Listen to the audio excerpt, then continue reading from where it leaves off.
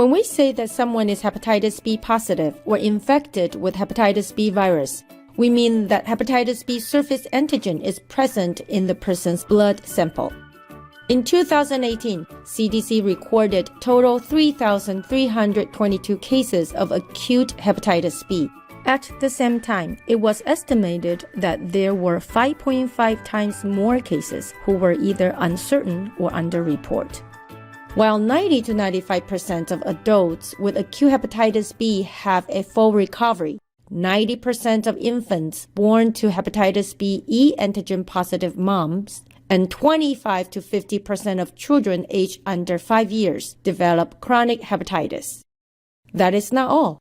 Chronic hepatitis B sets the patients at risk to develop serious liver complications, including hepatoencephalopathy, liver cirrhosis, end-stage liver disease, and hepatocellular carcinoma. In addition, comorbidity of HIV infection, hepatitis C infection, and other chronic diseases further complicates the treatment, prognosis, and care for hepatitis B patients. I wish to accomplish the following objectives in this lecture. Assess the risk factors and populations at risk for contracting hepatitis B and analyze the possible transmitting routes. Provide client-centered education to eliminate risk factors for preventing transmission of hepatitis B. Analyze the pathophysiology of hepatitis B and compare the different courses and treatments between acute and chronic hepatitis B infections. Identify the preferred treatment for chronic hepatitis B and compare the benefits and drawbacks between nucleoside analogs and interferons, and provide patient education accordingly. Prioritize nursing interventions for patient-centered care during acute and chronic hepatitis B. Provide patient education on prevention of hepatitis B. Hepatitis B is an inflammation of the liver induced by a viral infection. The responsible virus, hepatitis B virus, is an enveloped, double-stranded DNA virus. Here is a graph of the hepatitis B virus. This is the envelope, the nucleocapsid, self-cleaved secretory protein, and the DNA. Hepatitis B virus carries many antigens, including surface antigen, E antigen, and core antigen. When our immune system responds, specific antibodies against individual antigens are produced. There are antibody to hepatitis B surface antigen, antibody to hepatitis B E antigen, and antibody to hepatitis B core antigen. Hepatitis B antigens and antibodies are known as serologic markers. These serologic markers fluctuate in the blood at different stages of infection throughout the disease course. Their presentation helps diagnosis and guides treatment for this infection. This graph shows the trend of antigen and antibodies throughout an acute hepatitis B infection. And this graph shows the trend of serologic markers in the chronic hepatitis B infection.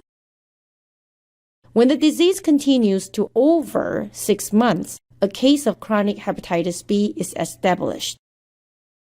For a detailed explanation on serologic markers, please refer to the supplementary lecture of hepatitis B laboratory test. The link is posted on the side in the clipboard. Once established in the host, hepatitis B virus can be found in the blood, semen, vaginal fluid, breast milk, saliva, cerebrospinal fluid, blood and body fluid.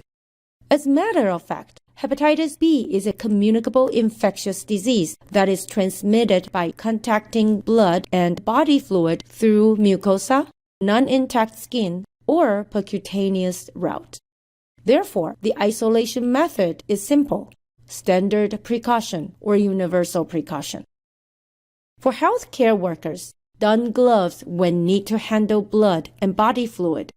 Wear goggles or mask, an isolation gown when there is a potential exposure to a splash of contaminated blood and body fluid. Not all body fluid contains same quantity of virus. Blood contains the highest concentration of virus. Therefore, a percutaneous route, like a needle stick, can successfully transmit the infection. Viral concentration in cerebrospinal fluid, synovial, pleural, peritoneal, pericardial, and amniotic fluid is not comparable to that in the blood. Yet contacting with these fluids can potentially transmit the infection. Transmission through contact of urine, feces, nasopharyngeal washing, sputum, and sweat is unlikely because of the low concentration of virus. However, transmission of infection will occur if exposed to a blood-contaminated excretion. Breast milk transmission is unlikely. Breastfeeding is not contraindicated for hepatitis B infected mothers. The nature of transmitting routes determines the risk factors and populations at risk for contracting hepatitis B. Hepatitis B can be transmitted sexually or via mucosal contact with semen that has hepatitis B virus in it. High-risk sexual activities include having multiple partners without protection. Men having sex with men are also at high risk. Transmission through blood makes blood transfusion a potential risk factor. People using IV drugs and sharing needles are at high risk. Potential exposure to hepatitis B virus through contact of blood and body fluid is an occupational hazard endangering healthcare workers. The fetus to a mother who is infected with hepatitis B gets hepatitis B virus transmitted vertically through placenta. Blood transmission of hepatitis can be through cutaneous if the skin integrity is compromised. During history intake, collect contact information for sexual partners and needle sharers. Teach the patient on transmitting disease to others. Screen people who are at risk. Vaccinate the hepatitis B surface antigen negative household members and sexual partners. Teach the patient and household members to avoid sharing needles, razors, toothbrushes, and glucometers. Screen patients with HIV infection, end-stage renal disease, and those with elevating liver enzymes. Blood and tissue donors should be screened as well. Screen all pregnant women at the first trimester. Vaccinate all newborns. Vaccinate and administer hepatitis B immunoglobulin to newborns whose mother are infected with hepatitis B. Universal precaution or standard precaution by healthcare workers at all times. Hepatitis B surface antigen positive is not a lawful reason to exclude applicants for admission to medical and dental schools per U.S. Department of Justice in 2013 ruling. To clean the spill of blood and body fluid, use 1:10 dilution of household bleach to water with gloves on. Please note that hepatitis B virus can survive and cause infection for 7 days in the environmental surface. Reinforce screening and education to the community for public health. After exposure to hepatitis B virus, the virus may incubate for a long time, ranging from 50 days to 6 months, with an average of 90 days. Patients are asymptomatic, yet the serological changes are already evident during incubation time. Hepatitis B DNA, surface, and E antigens can be detected. Medical diagnosis of hepatitis B is made after collecting subjective and objective data. History intake from the patient is important. It reveals possible exposure to hepatitis B virus through high-risk behaviors, including traveling to endemic regions or other factors. Subjective complaints also support the clinical picture of the infection, establishing a case of new, acute, or chronic hepatitis B infection. Hepatitis B specific laboratory tests include serologic markers and viral loads. These test findings not only confirm the diagnosis of the infection, but also provide information for identifying the stages of infection, guiding treatment plan. Liver function test, including liver enzymes and bilirubin, helps identifying the status of the liver cell integrity. Taking the dynamic nature of hepatitis B into consideration, not a single blood test work is good enough to guide treatment or evaluate the therapeutic outcomes. When managing chronic hepatitis B, viral load, serologic markers, liver enzymes, as well as comorbid infection and liver complications can complicate the prognosis. Therefore, the individualized treatment for a hepatitis B infected patient is planned after considering multiple testing findings, clinical manifestations, existence of complications, and comorbidities. Patient may feel anxious and fear even before diagnosis is made. A series of laboratory tests and possible diagnosis of hepatitis B add to the patient's psychosocial burden. Provide patient education. Reinforce what the physician has taught or informed the patient. Also explain to the patient of what and why tests are needed. In prodromal period, polyarthritis involving small joints and rashes affects 25% of patients. Onset of acute hepatitis manifests about 1 to 2 months and average 90 days after exposure. The symptoms usually clear out after weeks, but they could last up to 5 to 6 months. Clinical manifestations for acute hepatitis B are slight fever, fatigue, anorexia, nausea and vomiting, abdominal pain, dark urine output, dark bowel movements, rash, visible jaundice, and enlarged liver. Treatment for acute hepatitis B is supportive only, aiming to manage the symptom and promote comfort. During acute stage of hepatitis, the patient experiences nausea, vomiting, anorexia, abdominal pain, visible jaundice, and enlarged liver. The patient is not able to consume sufficient oral intake of nutrition, and the liver does not function well enough to metabolize like it should. Dehydration and inadequate nutrition status can be evident. If the patient is a child, depending on the age, the patient will also suffer developmentally related social-emotional inadequacy. If the patient is an adult, the patient will suffer social isolation or ineffective role performance, as the disease process might restrain the patient from performing his or her routine duties. If acute hepatitis continues to chronic hepatitis, more psychosocial disturbances might be evident. During acute stage, nursing interventions are implemented to prevent spread of the infection, control pain and anxiety levels, maintain adequate hydration and nutrition, promote rest and comfort, and encourage acceptance of the change in the appearance. Implement standard or universal precaution at all times. Provide emotional support and patient education. Encourage fluid intake and provide frequent small meals. Monitor bleeding. Petechiae and skin rash results from compromised liver function in coagulation.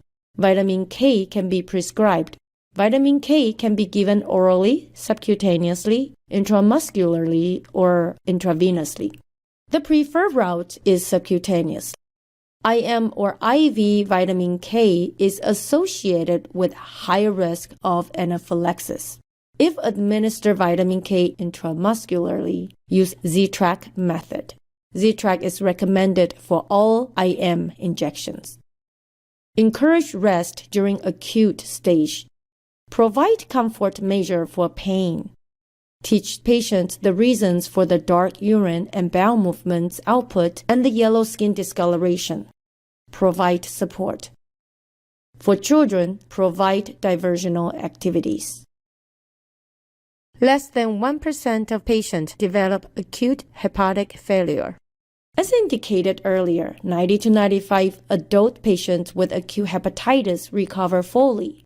In contrary, 5 to 10% of adult patients, 25 to 50% of children aged from 1 to 5 years, and 90% of infants born to a hepatitis B infected mother develop chronic hepatitis B. In general, patients with immunocompromised status, including those who have HIV infection or undergo cancer treatments or immunosuppressing treatment for organ transplant or other reasons, and patients with comorbid chronic diseases tend to develop chronic hepatitis B. Chronic hepatitis B is when symptoms or hepatitis B surface or E antigen are present in the blood sample 6 months after exposure.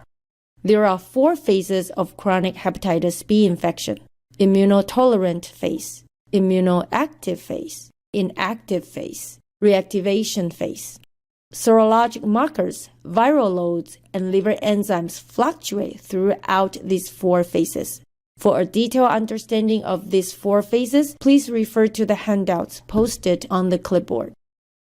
When a patient's hepatitis B viral load suddenly raised from less than 2,000 IU per milliliter to beyond the baseline, the patient is experiencing the reactivation of hepatitis B virus. In this stage of chronic hepatitis, the patient's liver enzyme also flare up. Reactivation of hepatitis B virus is serious. It can be fatal. Patients who have co-infection with HIV or hepatitis C virus and patients who receive immunosuppressant therapies or treatment for hepatitis C are at higher risk for reactivation. In addition, patients with chronic and active hepatitis B are at risk for hepatic cirrhosis and hepatocellular carcinoma. 10 to 20% of patients with chronic hepatitis B, especially with E antigen positive, develop cirrhosis in 5 to 20 years. Medical treatment for chronic hepatitis B aims to convert serum hepatitis B E antigen, achieve surface antigen loss, reduce hepatitis B viral load, and normalize liver function test. Mainstream treatment for hepatitis B includes 2 groups of antiviral medications, nucleoside analogs and pegylated interferon alpha. Antiviral treatment does not kill the virus, but limit the viral replication by blocking the process of viral life cycle. For a better understanding of hepatitis B virus life cycle, please refer to the supplementary video posted in the clipboard. The foremost challenge with antiviral treatment is viral mutations, especially the mutation that leads to drug resistance. Drug resistance is a major obstacle to end the infection. Sometimes the drug resistance is not limited to only the used medication, but also to the newer generation of the antivirals. Nucleoside analogs remain the major therapy for hepatitis B. These medications inhibit reverse transcription of pre-genomic RNA to DNA, while nucleoside analog does not interfere the formation of covalently closed circular DNA. Replication of viral genome is not interrupted. This means that relapse is foreseen if medication is discontinued. Lamivudine has an effective antiviral effect against hepatitis B virus. However, it induces viral mutation of the polymerase. This mutation can lead to drug resistance. Lamivudine is not indicated for long-term usage for more than 9 months. Lamivudine is not a preferred medication. It is rarely used to treat hepatitis B infection nowadays. Currently, it is used to prevent reactivation of hepatitis B virus for patients who are previously infected and now has a negative serum reading of surface antigen. The side effects are pancreatitis and lactic acidosis. Monitor amylase and lactic acid as indicated. The preferred antiviral medications are 3: entecavir, tenofovir, and pegylated interferon alpha. Both entecavir and tenofovir are used as monotherapy for treating hepatitis B patients. Unlike lamivudine, Entecavir and tenofovir have a much lower rate in causing drug resistance. It is estimated 1 to 2% after 3 years of usage. Even though that these two medications have anti-HIV effect, it is not recommended to use these medications as a monotherapy for HIV patients. Long-term usage in patients who are HIV positive will lead to drug resistance. Please know that 10% of HIV-positive patients are co-infected with hepatitis B. Testing for HIV is needed for using any of these two medications. Major adverse effect of entecavir is lactic acidosis. Monitor lactic acid level as indicated. Tenofovir can cause adverse effects of nephropathy, Fanconi syndrome, osteomalacia, and lactic acidosis. Monitor creatinine clearance and renal functions. Check bone density. Assess lactic acid if indicated. Pegylated interferon alpha is the choice for low viral load and serum transaminases. Pegylated interferon alpha 2A is for adults and 2B is for children. This medication is contraindicated in patients with cirrhosis because it may increase serum transaminases and leads to liver failure. Mind the possible side effects. Common adverse effects include fatigue, depression, irritation, bone marrow suppression, and precipitating autoimmune thyroid disease. Thyroid-stimulating hormone should be monitored every 3 months if patients using pegylated interferon alpha. Liver transplant combined with direct-acting antiviral agents and hepatitis B immunoglobulin has increased 5-year survival rate. This combined therapy has also prevented recurrent infection onto new graft. Liver transplant is now an option for treating hepatitis B infection. Prevention is the best treatment. Hepatitis B vaccination is recommended for all newborns and adults. Newborns, including those who are born to hepatitis B positive mom, should receive the first hepatitis B vaccine within 24 hours after birth, as long as they are stable and weigh 2,000 grams or more. For the lecture on hepatitis B vaccination, please refer to the link posted on the clipboard. Thank you for watching this video.